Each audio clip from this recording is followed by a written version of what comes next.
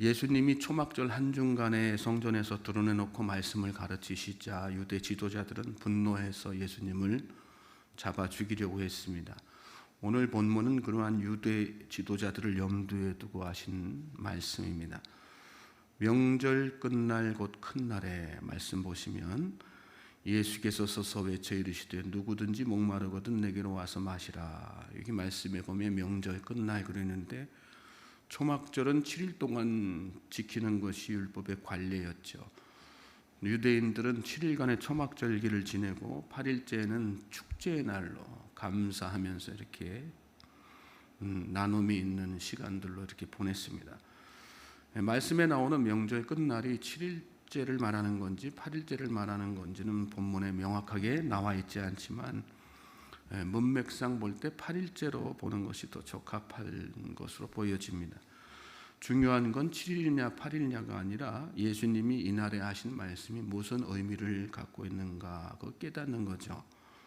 누구든지 목마르거든 내게로 와서 마시라. 초막절기 동안 제사장은 매일 실로암 연못에서 물을 길러다가 제단에 붓는 의식을 수행했습니다. 또 마지막 날 8일째에는 제단에 물을 붓는 그 의식을 중단하고 적당한 비가 내려서 1년 내내 농사가 잘 되기를 기원하는 기우제처럼 하나님 앞에 기도를 드렸습니다. 이처럼 제단에 물을 바치는 행위는 광야에서 목마른 백성들에게 생수를 예비하신 그 하나님의 능력을 기념하는 예식이기도 했습니다. 예수님이 말씀하신 생수는 성령이죠. 예수님은 그런 의식을 수행하는 제사장들이 정작 생수의 근원 되신 예수님을 믿지 않는 그런 모습을 비판하시면서 예수님이 바로 그 생수의 광야 생수의 근원이신 하나님의 능력이시고 성령을 부어주시는 분인 것을 말씀하신 것입니다. 우리 인생의 가람은 풍작으로 해결되는 것이 아니죠. 성령이 부어질 때 그 성령은 어떤 의식을 통해서가 아니라 예수님에게 나아옴으로 또 예수님을 믿음으로 부어진다 그런 말씀입니다. 특별히 누구든지라고 하는 말씀은 제사장들과 같이 특별한 어떤 직분을 받은 자들 또 특별한 어떤 행위를 하는 자들이 아니라 제한 없이 누구라도 예수님에게 나오는 자 예수님을 믿는 자에게는 성령 부어주신다 그 말씀이죠. 저는 오늘 이 새벽에 또 주님 앞에 나온 여러분들에게 하나님께서 성령 충만하게 부어주실 것을 믿으시기 바랍니다. 그래서 38절에는 나를 믿는 자는 성경의 이름과 같이 그 배에서 생수의 강이 흘러나오리라 이런 말씀을 하신 것입니다. 나를 믿는 자, 믿는 것이 중요하다는 예수님 믿는 것이 중요하다는 그런 말씀이에요. 이사야 58장 11절에 보시면 여호와가 너를 항상 인도하여 메마른 곳에서도 내 영혼을 만족하게 하며 내 뼈를 견고하게 하리니 너는 물된 동산 같겠고 물이 끊어지지 아니하는 샘 같을 것이라. 우리가 예수님을 믿고 성령 충만하면 어떤 삶을 살게 돼요? 물된 동산 같은 삶, 풍성한 삶. 물된 동산이란 얘기는 뭐예요? 그 삶이 풍성하게 잘 자라나는 그런 인생 말하는 거죠. 물이 끊어지지 아니하는 샘이라는 말은 무슨 뜻입니까? 나 혼자서만 그렇게 잘 사는 차원을 넘어서 주변 사람들에게도 그 물을 공급하는 그 샘의 역할을 감당하게 되는 그런 능력의 사람들이 다 된다는 말씀이죠.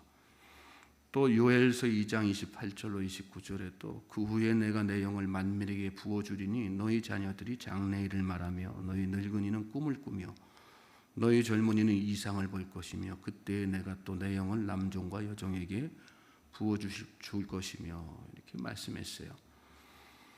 만민에게 부어주신다 내 영을. 특별한 누구에게만 부어주시는 것이 아니라 주님에게로 나오는 모든 자들 만민에게 부어주실 것이다. 자녀들이 장래일을 말할 것이고 늙은이들은 꿈을 꾸며 젊은이는 이상을 볼 것이며 남종과 여종 모두에게 부어주셔서 그런 역사가 일어나게 하신다 그 말씀하셨어요. 연세 드신 분들이 계십니까? 주님의 꿈을 꾸실 수 있게 되길 주님의 이름으로 소망하고 축복합니다. 나는 인생 다 살았으니까 더 이상 낙이 없어, 그렇게 사는 것이 아니라 성령 충만한 사람, 정말로 예수님을 믿는 사람, 예수님에게 나오는 자는 하나님 앞에 가는 그 순간까지 꿈을 꾸는 거예요. 어떤 꿈이요? 육신의 꿈이 아니라, 육적인 욕망을 이루는 그런 꿈이 아니라 하나님의 꿈을 꾸는 거죠. 젊은 분들이 계십니까? 장래일을 말할 수 있게 되길 주님의 이름으로 소망하고 축복합니다. 어떤 장래일이요? 하나님께서 하실 장래일, 놀라운 구원의 역사를 선포하는 거죠. 성령 충만할 때 이 모든 일들이 다, 하나님의 영이 부어질 때 이 모든 일들이 다 가능해진다는 그런 말씀을 하시는 거예요. 39절에는 그래서 이런 말씀도 더 요한이 덧붙여서, 이는 그를 믿는 자들이 받을 성령을 가리켜 말씀하신 것이라. 예수님이 하신 말씀이 바로 그 말씀이에요. 그를 믿는 자들이 받을 성령. 믿으면 성령 받게 되는 거예요. 믿습니까? 믿을 때, 갈망하면서 하나님 앞에 나갈 때, 하나님 나의 이 영적 목마름을 해갈시켜 주시옵소서. 마치 우물가에 여인이 예수님 만나서 그 가람을 해소했던 것처럼 주님에게 나오는 자 다 그렇게 성령의 생수가 부어지는 것입니다. 뒤에 이어지는 말씀 보시면, 이 말씀을 들은 무리 중에서 어떤 사람은 이 사람이 참으로 그 선지자라 하며, 어떤 사람은 그리스도라 하며, 어떤 이들은 그리스도가 어찌 갈릴리에서 나오겠느냐, 성경에 이르기를 그리스도는 다윗의 씨로 또 다윗이 살던 마을 베들레헴에서 나오리라 하지 않았느냐 하며, 예수로 말미암아 무리 중에서 쟁론이 되니 그랬습니다.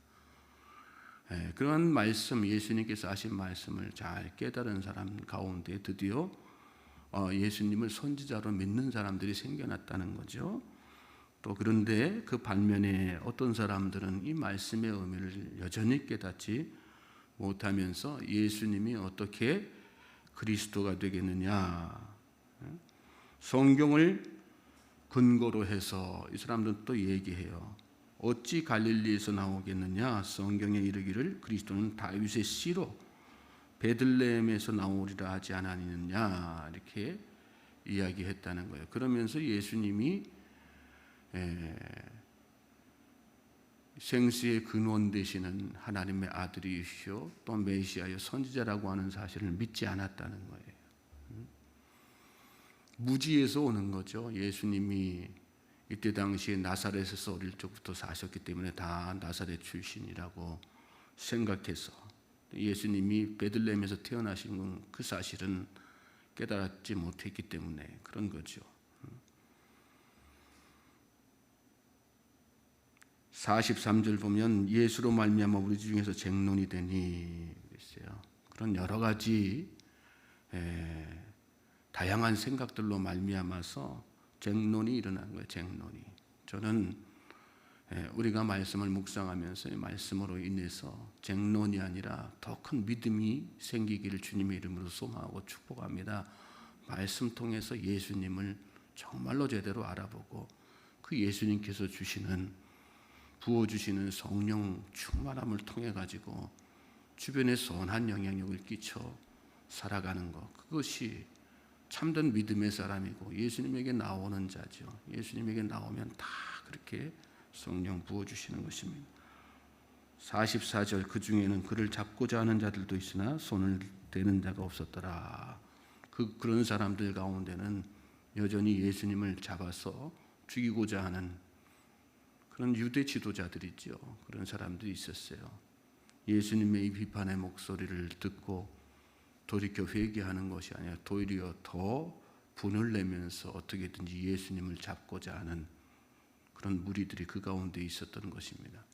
저는 하나님의 말씀이 우리의 양심의 폐부를 찌를 때 여러분 그 말씀으로 인해서 우리가 분노하지 않게 되길 바랍니다.